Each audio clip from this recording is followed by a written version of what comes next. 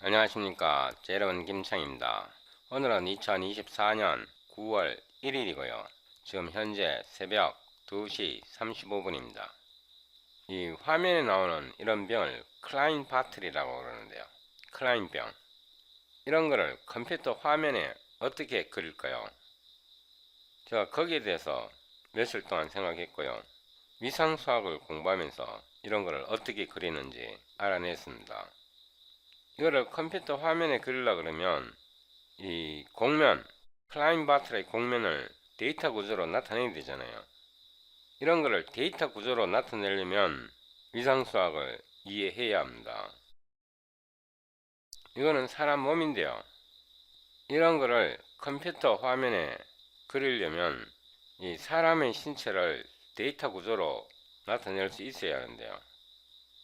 이 사람 신체의 표면을 데이터 구조로 나타내려면 위상수학을 알아야 이거를 데이터 구조로 표현할 수 있습니다. 데이터 구조로 표현을 해야 컴퓨터 화면에 그릴 수 있는 거고요. 이런 것도 위상수학에서 다룬다. 이거는 토러스인데요. 구멍이 하나가 있는 토러스입니다. 제가 대학 다닐 때 이 토러스를 그려봤었는데요. 대학 다닐 때 이 토러스를 그려보고 몇 년 전에 오픈GL을 배우면서 이 토러스를 다시 그려봤습니다.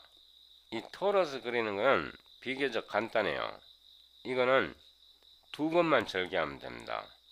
예를 들어서 제 마우스 커서를 보세요. 이런 식으로 한번 절개하고요. 이런 식으로 절개하면 긴 원통 모양이 나오고 이런 식으로 한 번 더 절개합니다. 이렇게요. 이렇게 한 번 더 절개하면 제 마우스 커서를 보세요. 긴 원통이 사각형 모양이 나옵니다. 긴 원통에서 사각형 모양이 나옵니다. 그렇게 해서 데이터 구조를 만들고요. 그 사각형을 양 가장자리, 오른쪽, 왼쪽 가장자리를 서로 잇고요. 그렇게 서로 이으면 원통처럼 나오고요. 그 다음에 양 원통 끝을 서로 이으면 이 토러스가 됩니다. 제가 이거 옛날에 컴퓨터로 그래픽을 할 때요. 이런 방식으로 했습니다. 이거는 구멍이 두 개인 토러스인데요. 이 구멍이 두 개인 토러스를 컴퓨터에 그리려면 이걸 데이터 구조로 나타내야 됩니다. 이거를 어떻게 그릴까요? 그러니까 이거를 데이터 구조로 어떻게 나타낼 수 있을까요? 이거는 위상수학이 없으면 이거를 데이터 구조로 나타내기가 굉장히 어렵습니다. 그냥 한마디로 말해 위상수학을 공부하지 않으면 이런 거 컴퓨터로 그려내는 게 거의 불가능합니다. 이 책은 앨런 해처가 쓴 Algebraic Topology이고요. 이 책에서 조금만 내려가 보면 프레피스가 나오고요. 이 프레피스를 자세하게 읽으셔야 합니다. 여기서 조금만 더 내려가 보면 스탠다드 노테이션 그래갖고 표준, 표기법 뭐 이런 뜻입니다.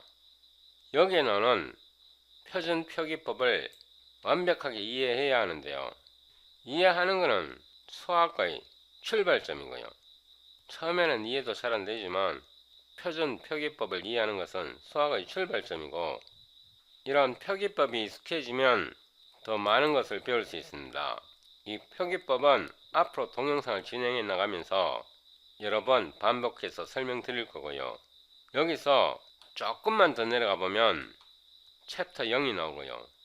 이 책에는 총 5개의 챕터가 있습니다. 챕터 0, 챕터 1, 챕터 2, 챕터 3, 챕터 4 이렇게 하고 챕터 0을 포함해서 총 5개의 챕터가 있는데 이 서문을 읽어보면 처음 공부할 때 이 챕터 0은 읽지 않아도 된다 이렇게 나오는데 일단 챕터 1부터 챕터 4까지 본문을 먼저 읽고 이 챕터 0을 공부해도 되고요.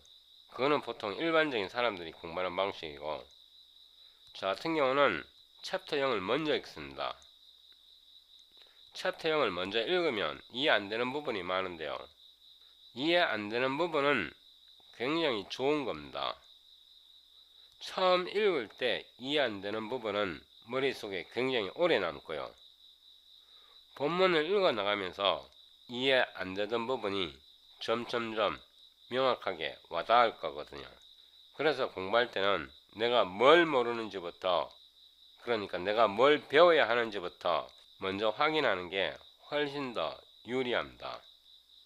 내가 모르는 것을 인지해 두는 거, 기억해 두는 거, 그리고 책을 읽어 나가면서 그 모르는 것을 명확하게 파악하는 거, 그게 공부할 때는 굉장히 효율적이고 효과적입니다.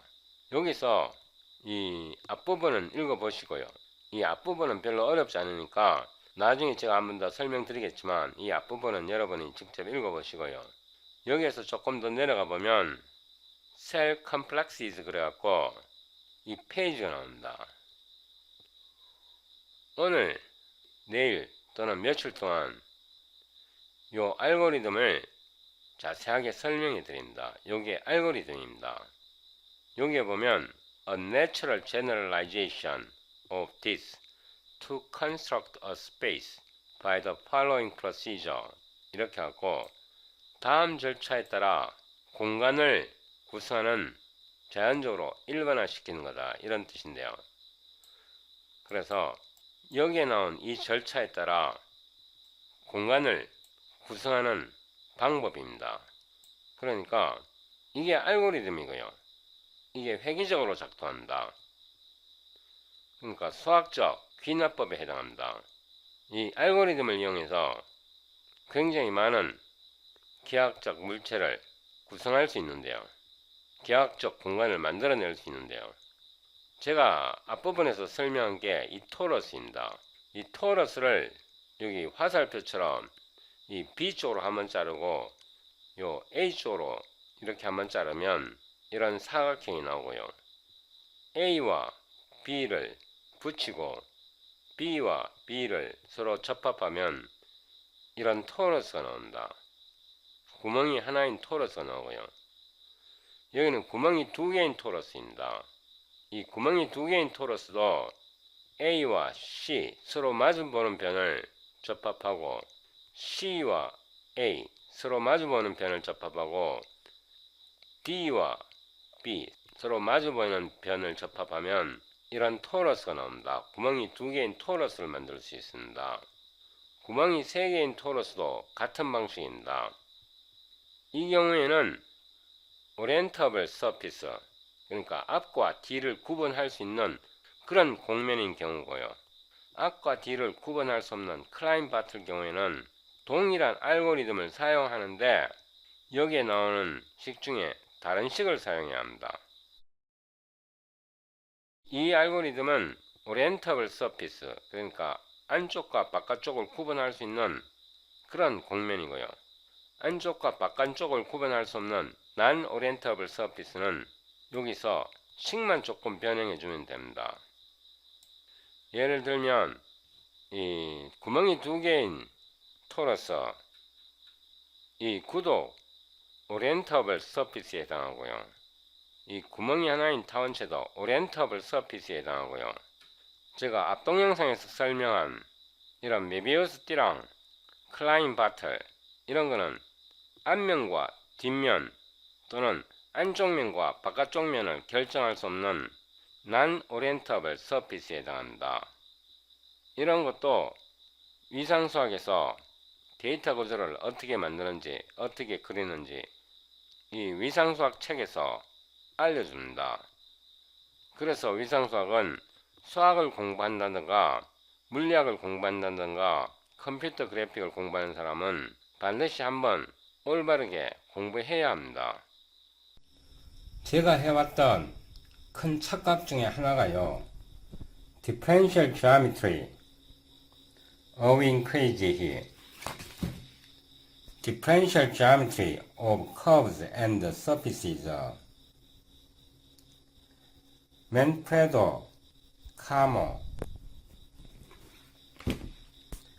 Geometric Modeling, Nikolai Golovanov,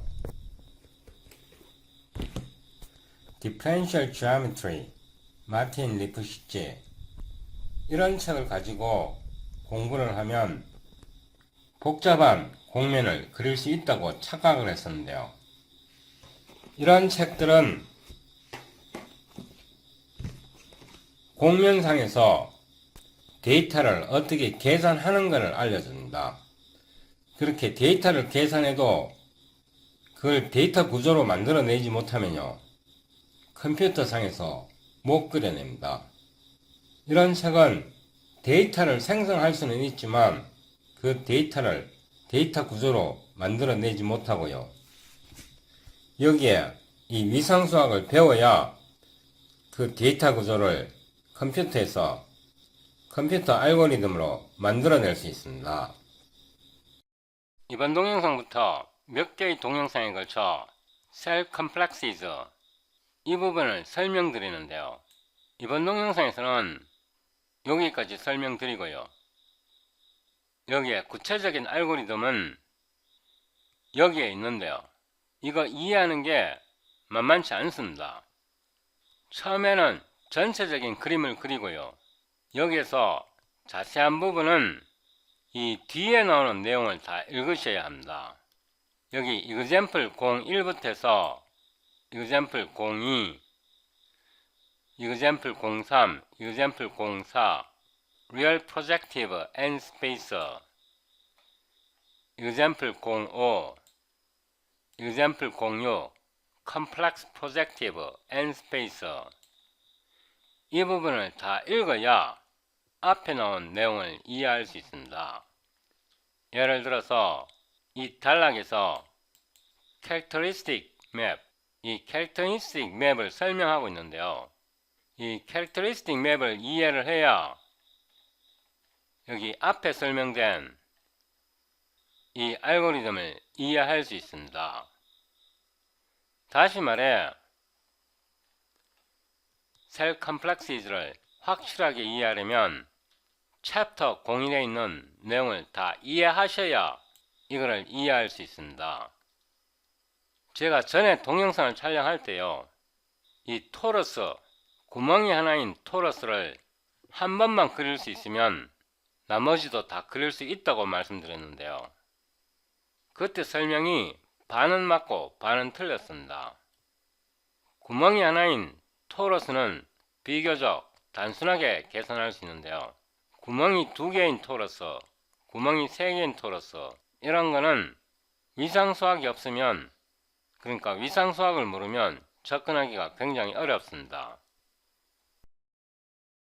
유튜브에서 토러스 IQ95 이렇게 검색해 보면요, 제가 전에 촬영한 동영상이 나옵니다.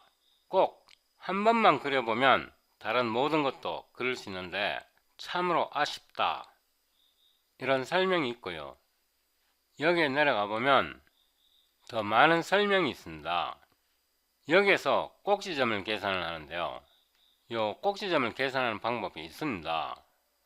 이 동영상에서 이 토러스의 꼭지점을 어떻게 계산하는지 설명드리고요, 이 18번 동영상에서 그렇게 계산한 꼭지점을 그립니다. 이 동영상을 잠시 재생해 보겠습니다. 안녕하십니까. 제 이름은 김창입니다.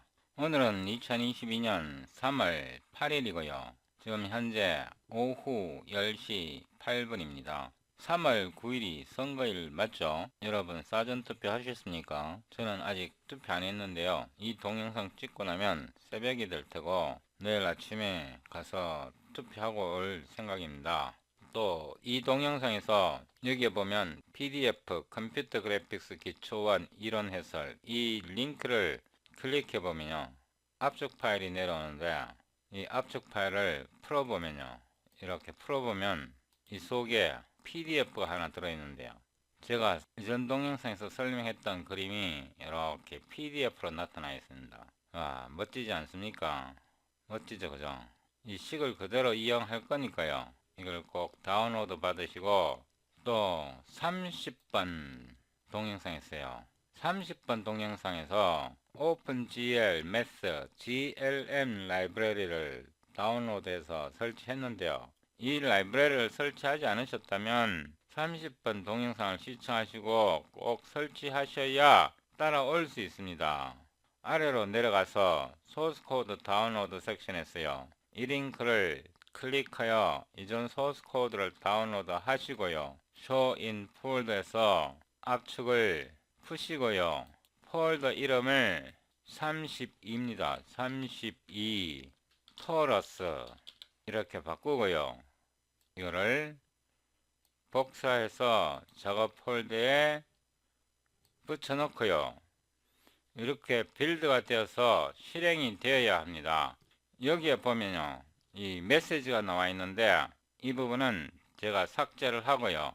프로그램을 닫고 솔루션에서 GL 뷰포트 이거를 더블 클릭해서 열고요. 그리고 토러스의 중심에서요, 여기까지 이 원의 중심까지 거리가 이거를 radius orbit 이렇게 나타내고요. radius orbit으로 나타내고, 그 다음에 이 원을, 이 토러스를 절단했을 때 이렇게 원이 나오는데요. 이 원의 반지름을 radius circle 이렇게 표기하겠습니다. 그래서 radius orbit 토러스의 중심에서 이 원의 중심까지의 거리가 이렇게 지정하고요. 이렇게 행렬과 곱셈을 해서 회전한 점을 만들고요. 이 회전한 점을 다시 토러스 포인트에다가 지정한 것입니다. 앞으로 여러가지 방식으로 토러스 꼭지점을 계산을 해보는데 이거는 가장 단순한 방법입니다. 다음 동영상에서, 이번 동영상에서 계산한 꼭지점을 가지고 토러스를 그려보겠습니다.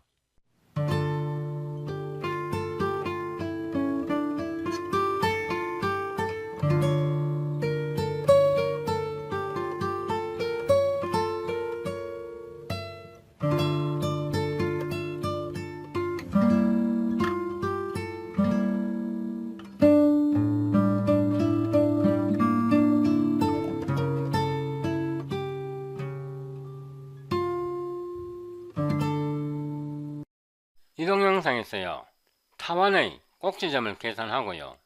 이렇게 타원의 꼭지점을 계산해서 이 동영상 33, 시클 잡서 18, 컴퓨터 그래픽스 기초 3, 토러스 이 동영상에서 계산한 꼭지점을 가지고 타원을 그립니다. 이거 한 번만 해보시면요, 3D 그래픽에 대해서 어느 정도 자신감이 생길 겁니다. 그런데 이것만으로는 해결할 수 없는 그런 문제가 굉장히 많습니다. 책을 읽다가 보면 항상 자기가 편한, 그러니까 자기가 익숙한 그런 책만 읽게 되는 경우가 많은데요. 예를 들면 Geometric Modeling, The Mathematics of Shapes 그래갖고 이 Geometric Modeling 책이 두 개가 있는데요. 제가 위에 이 책은 아직 갖고 있지 않고요. 니콜라이 골로바노프 이 책은 갖고 있습니다. 이 책도 굉장히 좋습니다. 나중에 이 책을 한 권 더 구입할 생각인데요. 이런 책은 미적분학을 기반으로 설명되어 있기 때문에 그 곡면을 계산하는 그런 식을 가르칩니다. 그러니까 곡면에서 기하학적인 형태를 계산하는 그런 걸 가르치는데요. 이런 책은 우리가 익숙하잖아요. 미적분학에 우리가 익숙하니까 이런 책을 읽을 때는 용어가 익숙하잖아요. 그 다음에 벡터 해석학 조금만 공부했으면 이런 책은 읽기가 편하잖아요. 그러다 보면 이런 책만 계속 고집하게 되는데요. 이런 책으로 문제를 다 해결하지는 못하고요. 여기에 나오는 Algebraic Topology 이런 책을 읽어야 곡면이 복잡할 때 그 데이터 구조를 만들어낼 수 있습니다. 이런 책은 읽지 않고 여기에 나와 있는 자기가 익숙한 책만 고집하면 더 복잡한 기하학적인 형태는 그려내지 못합니다. 우리가 미적분학에 익숙하니까 이런 책은 읽기가 편한데요. 여기에 나오는 위상수학은 대부분 사람들에게 아마 처음으로 배우는 그런 개념인데요. 처음 배우기 때문에 용어부터 다 다시 공부해야 되는데요. 그래도 처음에만 좀 어렵고요. 일단 시작만 되면 훨씬 더 쉬워진다. 공부할 때는 항상 처음에만 지원 날이 어렵고요. 어느 정도만 시작돼 버리면 저절로 자연스럽게 흘러갑니다. 저도 이 책이 처음이지만요. 저한테는 이 책이 좀 더 접근하기가 편합니다. 왜냐하면 이 책에서 설명하는 방식이요. Mathematical Induction, 수학적 귀납법 방식을 이용해서 설명하기 때문에 알고리즘을 이해하기가 굉장히 편합니다. 저한테는요. 왜냐하면 전혀 상관이 없을 것 같은 An Introduction to Automata Theory, 이 책은 오토마타 이론에 대한 설명인데요. 이 책도 책 전체 내용이 수학적 귀납법을 사용합니다. 수학적 귀납법에 안 익숙한 분이 많으실 텐데요. 컴퓨터 프로그래머에게는 굉장히 익숙한 방식입니다. 수학적 귀납법을 컴퓨터 용어로 말하면 회귀입니다. 회귀함수. 이 책 전체가 회귀함수 방식으로 설명이 되어 있기 때문에요. 여기에 익숙한 사람들은 이 책을 금방 이해하실 겁니다. 제가 이걸 통해서 말씀드리고 싶은 것은 자기가 익숙한 분야만 공부하면 안 되고요. 공부하다가 어떤 특정한 문제에 부딪히고 그 문제를 해결할 수 있는 방법이 없다고 생각되면 새로운 분야를 개척해야 합니다. 새로운 분야를 개척하지 않고 기존에 자기가 익숙한 방식으로 계속 공부하게 되면 보는 눈이 굉장히 좁아집니다. 제가 동영상 촬영하다가 중간중간에 편집하는데요. 동영상을 편집하다가 혹시나 모르겠다 싶어갖고 셀 컴플렉스를 검색했더니 이번에 동영상이 나왔습니다. 유튜브에서 셀 컴플렉스를 검색해보면요. Algebraic Topology Zero 셀 컴플렉스 그래갖고 이번에 동영상이 나오는데요. 저도 이거 구독했다가 나중에 한번 시청해 봐야겠습니다. 이분은 앤드류즈 유니버시티 수학과의 강사나 교수쯤 되어 보이는데요. 제 설명과 이분의 설명을 비교 한번 해보세요. 아마 설명하는 방식이 조금 다를 겁니다. 이분은 순수 수학적인 관점에서 설명한다면 저는 좀 더 만질 수 있는 느낌을 가질 수 있는 그런 방식으로 설명하게 될 거고요.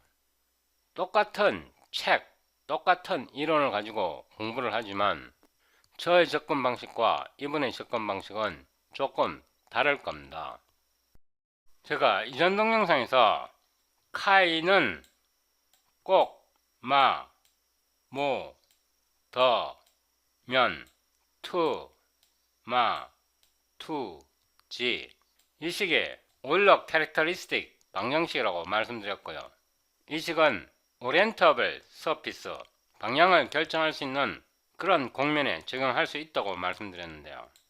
이번 동영상에서 제일 중요한 것은 포지션 벡터 R을요 이렇게 XYZ로 나타낼 겁니다. X 대신에 Y가 들어가고요. I 대신에 J가 들어가고 붙여놓고 Y 대신에 Z이 들어가고요. Z이 들어가고 이 벡터 R은 X, Y, Z X, Y, Z은 자 여기 줄바꿈을 하겠습니다. 3차원 공간에서 한 개의 변수, 구체적으로는 한 개의 독립변수 t를 사용했습니다. 이렇게 3차원 공간에서 한 개의 독립변수로 위치를 나타내면요. 이거는 곡선입니다. 3차원 공간에서 곡선이고요. 이거를 복사해서 아래로 붙여놓고요. 이번에는 UV 두 개의 매개 변수를 사용해서 XYZ를 나타내면요. 이거는 곡면을 나타낸다고 전에 설명드렸습니다.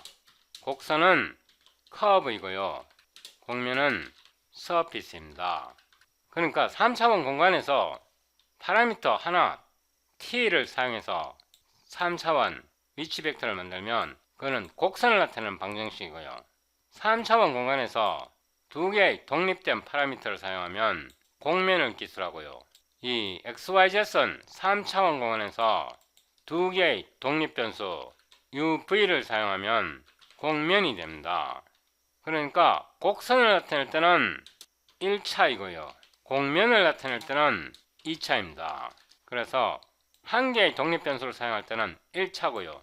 두 개의 독립변수를 사용할 때는 2차입니다. 이 차원의 개념을 확실하게 이해해야 되는데요. 스탠다드 노테이션 그래갖고 여기에 스탠다드 노테이션이 나와 있는데요. 이 스탠다드 노테이션에 익숙해야 합니다. 여기 Z은 우리가 익히 잘 알고 있는 정수 집합이고요. Q는 코오션트 그래갖고 유리수 집합이고요. R은 리얼 그래갖고 실수 집합이고요. C는 컴플렉스의 줄임말 복소수고요. H는 쿼터니언즈, 아직 쿼터니언즈는 뭔지 모르는데요. 이거는 나중에 또 배우게 될 겁니다. O는 악토니언즈 그래갖고 이것도 아직 뭔지 모르고요. 나중에 배우게 되겠죠. 여기에 보면 Z sub n, integers, mod n 이렇게 나왔는데 예를 들면 Z 3 이건 집합일 텐데요. mod n 다른 말로 mod 3 이렇게 될 텐데요. 이게 아직 정확한 의미가 뭔지 저도 잘 모르겠어요. 예를 들면 3으로 나눈 나머지 집합이라 그러면 0, 1, 2, 3으로 나눴을 때 나머지가 0, 1, 2잖아요. 이거를 뜻하는지 아니면 Z 모드 3이 3으로 나눴을 때 나머지가 0 되는 거 0, 3, 6, 9, 21 이렇게 3으로 나눴을 때 나머지가 0이 되는 건지 아니면 3으로 나눴을 때 나머지를 나타내는지 아직은 모르겠는데요. 이렇게 책을 읽다가 의문이 생기면 챗 GPT에다가 물어보세요.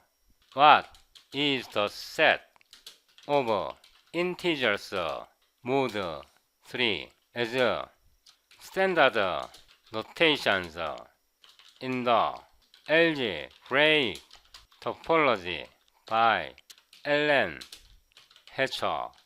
이렇게 갖고 질문을 해보는 겁니다.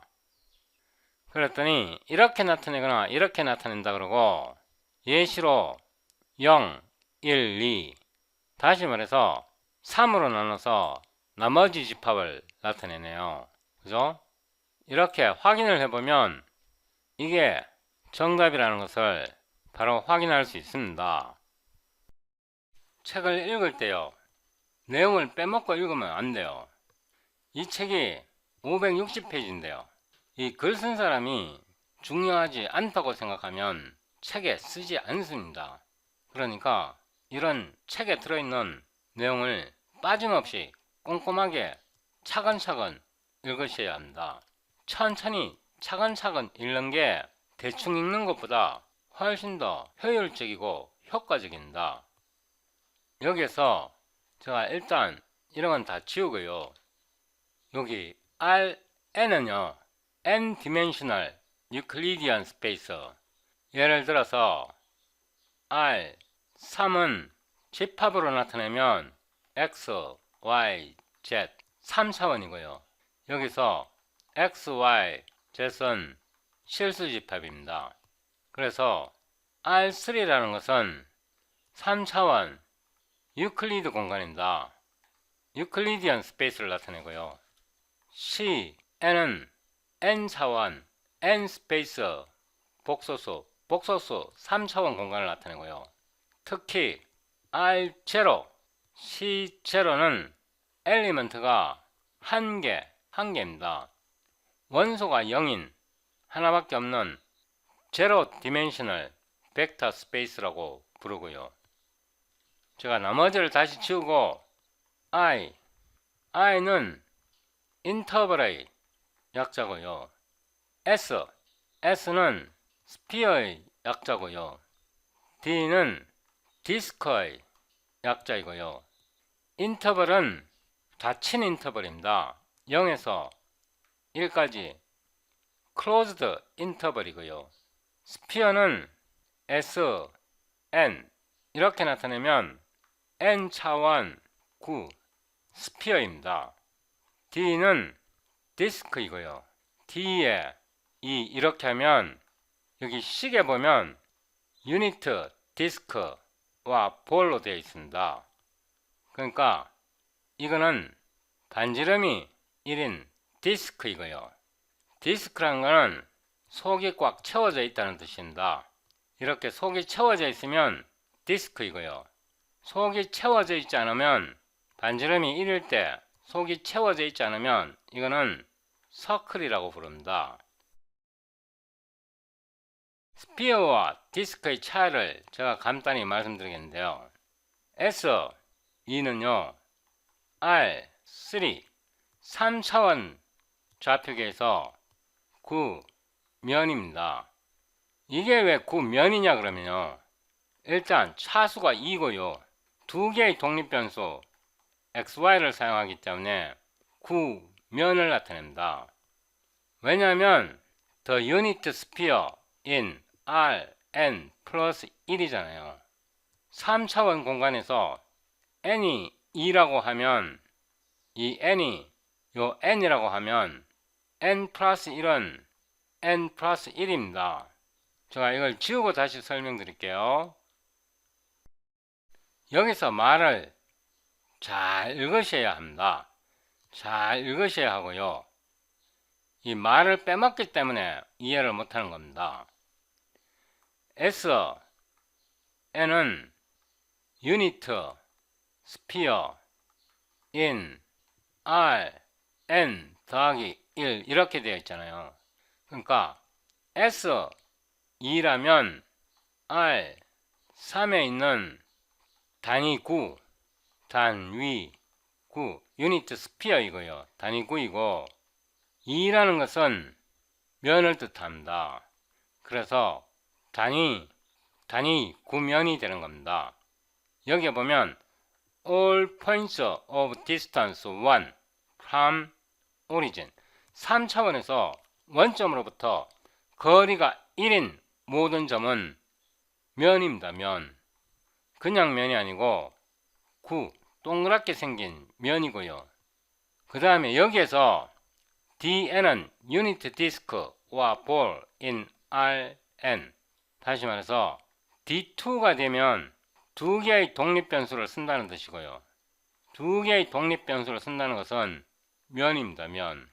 그리고 in R2,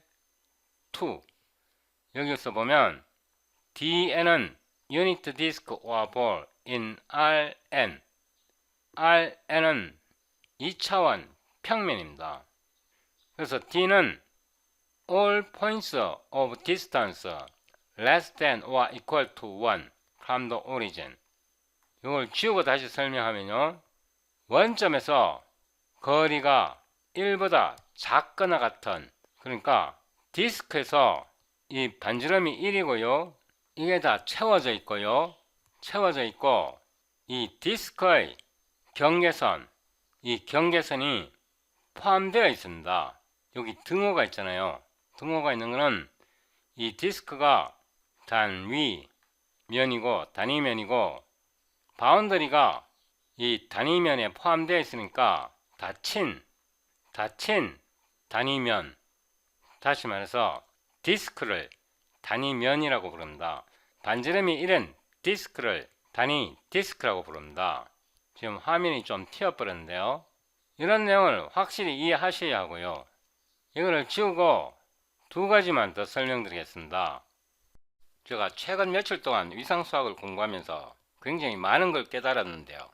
위상수학 이전의 수학은 유클리디언 스페이스 오버 셋 시어리 이렇게 요약할 수 있는데요. 그러니까 토팔로지가 도입되기 전에 수학은 유클리디언 스페이스에서 집합론을 기반으로 설명하고 있습니다. 위상수학이 들어오면서요, 다양한 스페이스가 도입됩니다. 그러니까 various spaces are introduced, 뭐 이렇게 대충 썼는데요. 위상수학이 도입되면서 다양한 스페이스가 도입되고요. 우리가 유클리디언 공간에서 집합론을 기반으로 예를 들어서 함수를 배울 때요, 보통 함수는 집합 x에서 집합 y로의 매핑입니다. 여기서 x and y are sets 집합입니다. 그런데 위상수학에서는 매핑이 역시 x에서 y로의 매핑에서 x와 y는 집합이 아니라 topological spaces입니다. 한 위상 공간에서 다른 위상 공간으로의 매핑이 됩니다. 그래서 위상수학책을 읽다가 보면 대부분 스페이스라는 이름을 씁니다. 이 셋을 쓸 때도 있는데요. 이 셋을 쓰는 것보다 스페이스라는 이름으로 되어 있는 게 훨씬 더 많고요. 이 토폴로지가 뭔지 스페이스가 뭔지는 앞으로 배우게 될 겁니다. 제가 여기서 말하고 싶은 거는 위상수학을 처음에 공부하면 이런 매핑의 개념조차도 우리가 익숙한 집합을 기반으로 하는 게 아니라 스페이스, 공간을 기반으로 한다는 거예요. 굉장히 많은 차이가 있습니다. 왜 집합을 쓰는 것보다 공간을 쓰는 게 더 편하냐 그러면 공간이 더 일반화되어 있기 때문에 그렇습니다. 집합보다 더 일반화되어 있기 때문에 공간을 쓰면 더 광범위한 다양한 종류의 공간을 기술할 수 있기 때문에, 그러니까 기하학적 개체를 더 다양하게 더 포괄적으로 기술할 수 있기 때문에 집합이 아니라 스페이스, 공간을 사용합니다. 여기서 이제 좌표계의 차원과 공간 개체의 차원을 구분할 수 있어야 합니다. 좌표계의 차원과 공간 개체의 차원을 구분할 수 있어야 합니다. 이해하기 편하게 좌표계를 평면 좌표계로 사용하겠습니다. 예를 들어서 이 C는 커브라는 뜻에서 C를 썼고요. 이거는 X 성분입니다. 이번에는 Y 성분이고요. 여기서 좌표계의 차원은요, X, Y 두 개의 성분을 사용하기 때문에 2차원입니다. 이 벡터 C 자체는 X 성분을 기술할 때, Y 성분을 기술할 때 각각 하나의 파라미터를 사용하기 때문에 공간, 개체, C의 차원은 1차원입니다. 그러니까 C는 좌표계 XY 평면상에 있는 2차원 좌표계이고요. 이 C 자체는 평면 좌표계에 있는 곡선이고 하나의 독립변수 X를 사용합니다. 그래서 공간개체 C의 차원은 1차원입니다. 여기서 헷갈려 버리면 나중에 이게 하나도 이해가 안 됩니다. 이번에는 D로 나타내는데요. 잘 보셔야 합니다. 두 개의 독립변수를 사용합니다. 이번에는 X 성분을 UV로 나타냈고요. Y 성분을 UV로 나타냈고 좌표계의 차원은 여전히 2차원이고요. 공간, 개체, D의 차원은 2차원입니다. 여기서도 좌표계의 차원과 공간 개체 D의 차원을 구분해야 합니다. 이 C는요, 곡선이고요. 이 D는요, 곡면입니다. 이번에는 이거를 한 번 더 복사해서요, 붙여놓고 여기다가 Z를 추가합니다. 이렇게 하면 C는 X, Y, Z 세 개의 성분을 갖고요. 그래서 좌표계의 차원은 3차원이 되고요. 이 공간 개체 C의 차원은 여전히 1차원입니다. 이거를 한 번 더 복사해서요, 여기다가 Z를 추가하고요. 이 경우에 좌표계의 차원은 3차원이고 이 공간 개체 D의 차원은 2차원입니다. 여기까지 따라오는데 어려움 없죠. 그러니까 좌표계의 차원과 공간 개체의 차원을 별도로 생각해야 합니다. 지금부터 이 개념을 이해하셔야 하는데요. 제가 여기에 이 PDF 북을 끌어 넣습니다. 이 책은 Algebraic Topology 알렌 해처가 작성한 책이고요. 이 책은 560페이지입니다. 여기서 아래로 조금만 내려가 보면요, 목차가 있고, 목차 다음에 서문 프레피스가 나오고요. 여기에서 서문이 끝나면 스탠다드 노테이션이 나옵니다. 지금부터 제가 설명하려는 게 SN Unit Sphere in R plus 1 All points of distance 1 from the origin, 이 부분을 설명할 거고요. 그 다음에 DN The Unit Disk와 Ball in RN All points of distance 1 from the origin, 원점에서 거리가 1보다 작거나 같은 모든 점이 유니트 디스크이고요. 그 다음에 유니트 스피어를 나타내는 단위 9를 나타내는 S에서 차원을 하나 줄인 겁니다. N 차원에서 1을 줄인 게 유니트 디스크를 미분한 겁니다. 이게 Boundary of N 디스크, 이 N 디스크가 DN을 뜻합니다. DN이 N 디스크를 나타내고요. 이 개념을 이해해야 N셀의 개념을 이해할 수 있습니다. 그 다음에 Homomorphic to Open N 디스크 DN에서 Boundary Partial DN, Partial DN 또는 Round DN을 뺀 게 N셀입니다. 이 N셀의 개념은 제가 다음 동영상에서 호모모픽을 설명하고 이 N셀의 개념을 설명할 수 있고요. 이번 동영상에서는 SN Unit Sphere in Rn plus 1 DN, 이 DN을 N 디스크라 부르고요. 의미적으로는 유니트 디스크와 볼 in Rn이고, 원점에서 1보다 작거나 같은, 여기서 중요한 것은 작거나 같은입니다. 1보다 작거나 같은 거리에 있는 모든 점, 다른 말로 유니트 디스크는 공면입니다. 이 개념을 이번 동영상에서 설명하고요. 그 다음에 The Boundary of N 디스크, 이 N 디스크는 DN을 뜻하고요. 여기에 왜 partial, 이 partial Q를 붙였는지 이거를 설명드립니다. 이런 내용은 이 책에서 자세하게 설명하고 있지 않습니다. 560페이지에서 이런 개념까지 다 설명하면요, 이 책이 1000페이지 또는 1500페이지가 넘어갈 겁니다. 그래서 이 책에서 생략했을 거라고 생각하고요. 이런 기본적인 표준 노테이션을 이해하지 못하고 여기에 익숙해지지 않으면 위상수학이 굉장히 어려워집니다.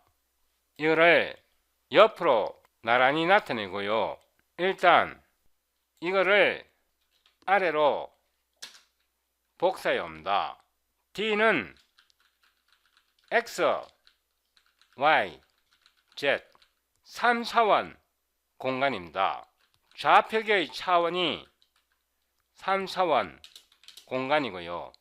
이거는 실수 3개, 다시 말해서 X, Y, Z 실수 3개로 구성된 좌표계입니다. 좌표계의 차원은 3차원이고요.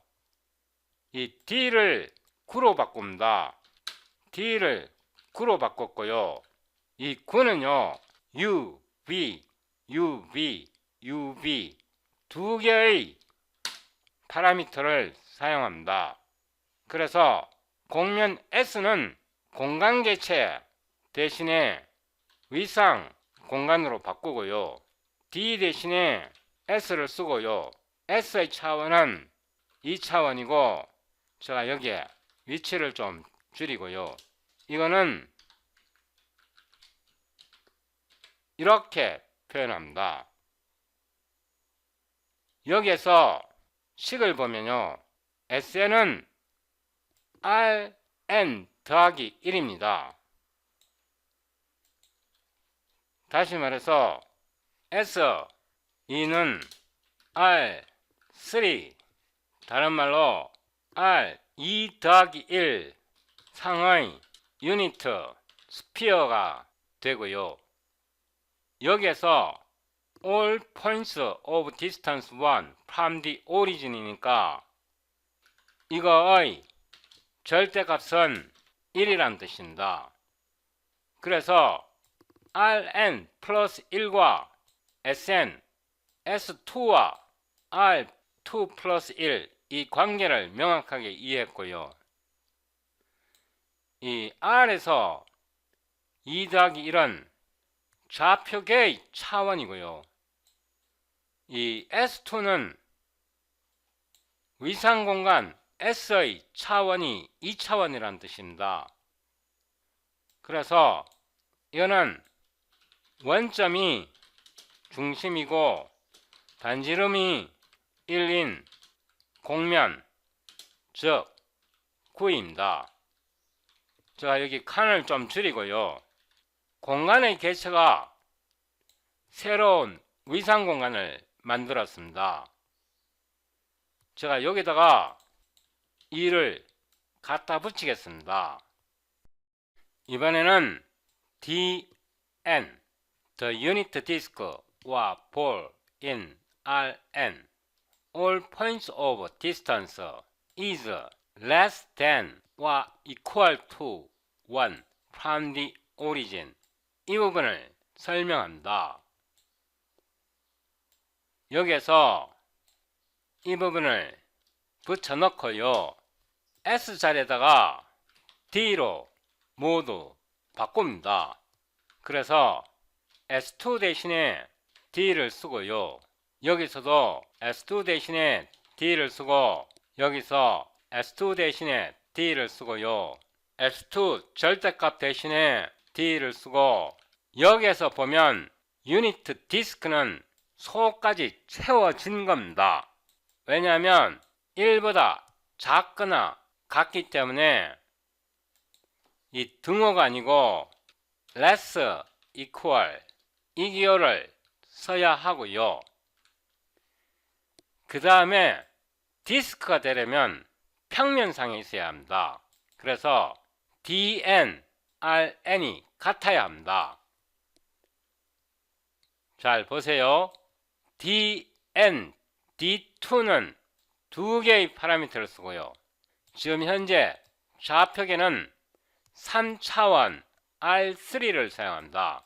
그래서 이거를 같게 만들려면 2차원 R2가 되어야 하고요. 2차원이 되었으니까 좌표계를 하나 지웁니다. 제가 여기 앞에서 이 I가 아니고 K로 수정해야 합니다. 아래로 내려오고요. 이번에는 원점이 중심이고 반지름이 1인 공면은 공면인데 원반 디스크입니다.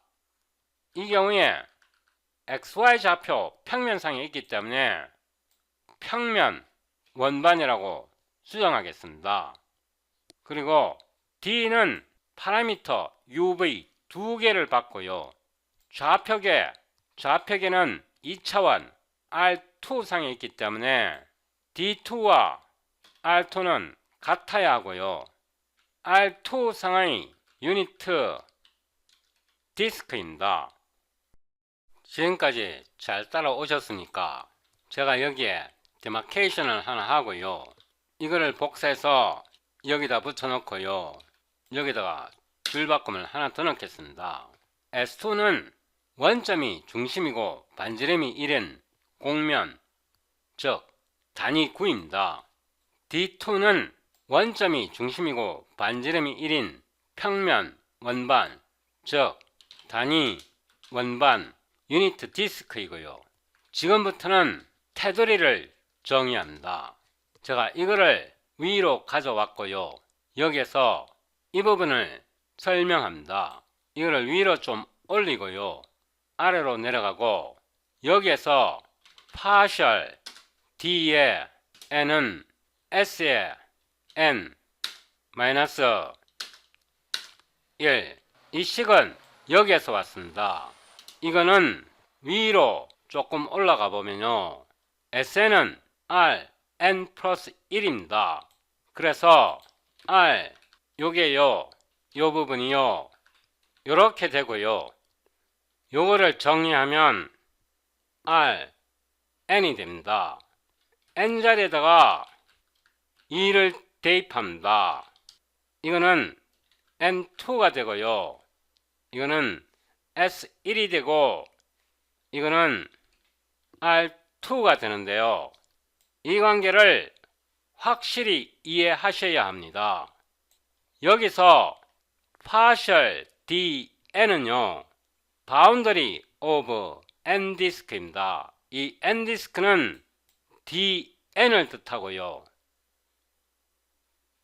D2에서 바운더리가 되면 이 원반 디스크의 좌표에서 변수 하나를 고정해야 합니다.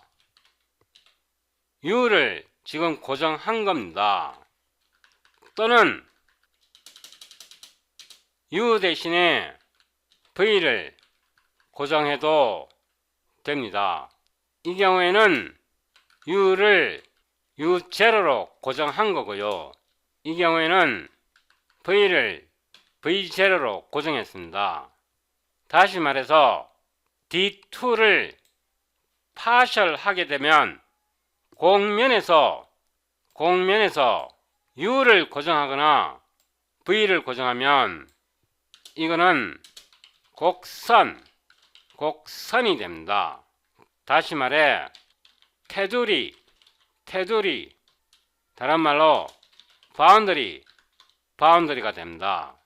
여기서 R2라는 것은 좌표계의 차원이 X, Y, 좌표계의 차원이 2차원이라는 뜻이고, partial D2는 원래 두 개의 변수 U, V에서 U를 고정하거나 V를 고정하라는 뜻입니다. 이 partial의 의미는 U, V, D2 두 개 중에서 변수 하나를 고정하면 그게 테두리가 된다는 뜻입니다. 여기서 partial을 붙이면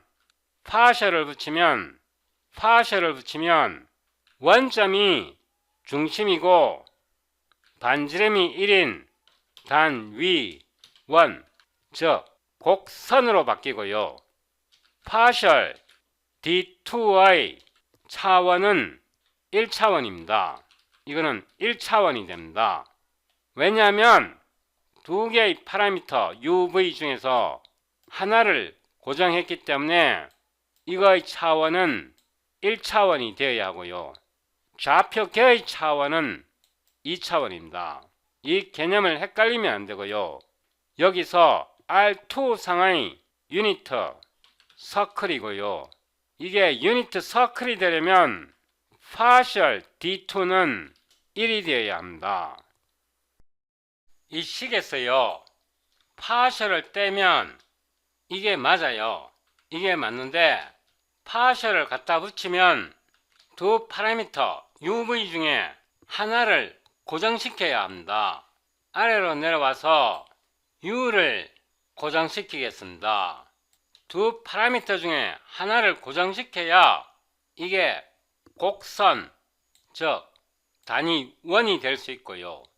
지금까지 제가 설명한 내용은요, 이 관계식에서 차원이 어떻게 돌아가는지 이해하라는 뜻이고요.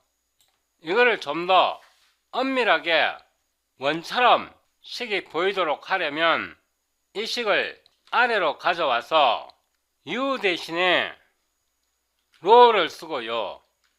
이 로를 고정시키고 V 대신에 세타를 쓰고요. V 자리에 세타를 넣고 X 성분은 로, 코사인, 세타, Y 성분은 로, 사인, 세타, 즉 극좌표 방식으로 나타내고요. 이때 로는 단위원이기 때문에 반지름이 1이 되면 됩니다. partial D2는 XY 2차원, 즉 S1, R2 상에서 R2에서 이 2는 X, Y를 나타내고요. 요 S1에서 1은 변수 하나를 사용한다는 뜻입니다. 원래 두 개의 파라미터를 사용할 때는 디스크가 되지만 반지름을 1로 고정시켜 버리면 하나의 파라미터 세타, 하나의 파라미터 세타, 하나의 파라미터를 취하는 1차원 곡선, 다시 말해서 단위원이 됩니다. 그게 이 식입니다. 다음 동영상에서 n셀의 개념을 나타내는 이 n을 설명하는데요. 이 en을 설명할 때 open n 디스크 요 개념이 필요합니다. 그래서 디마케이션 한 번 더 하고요. open n 디스크는 dn에서 이거는 디스크입니다. 디스크에서 테두리를 제외시킨다. dn은 n차원 디스크이고요.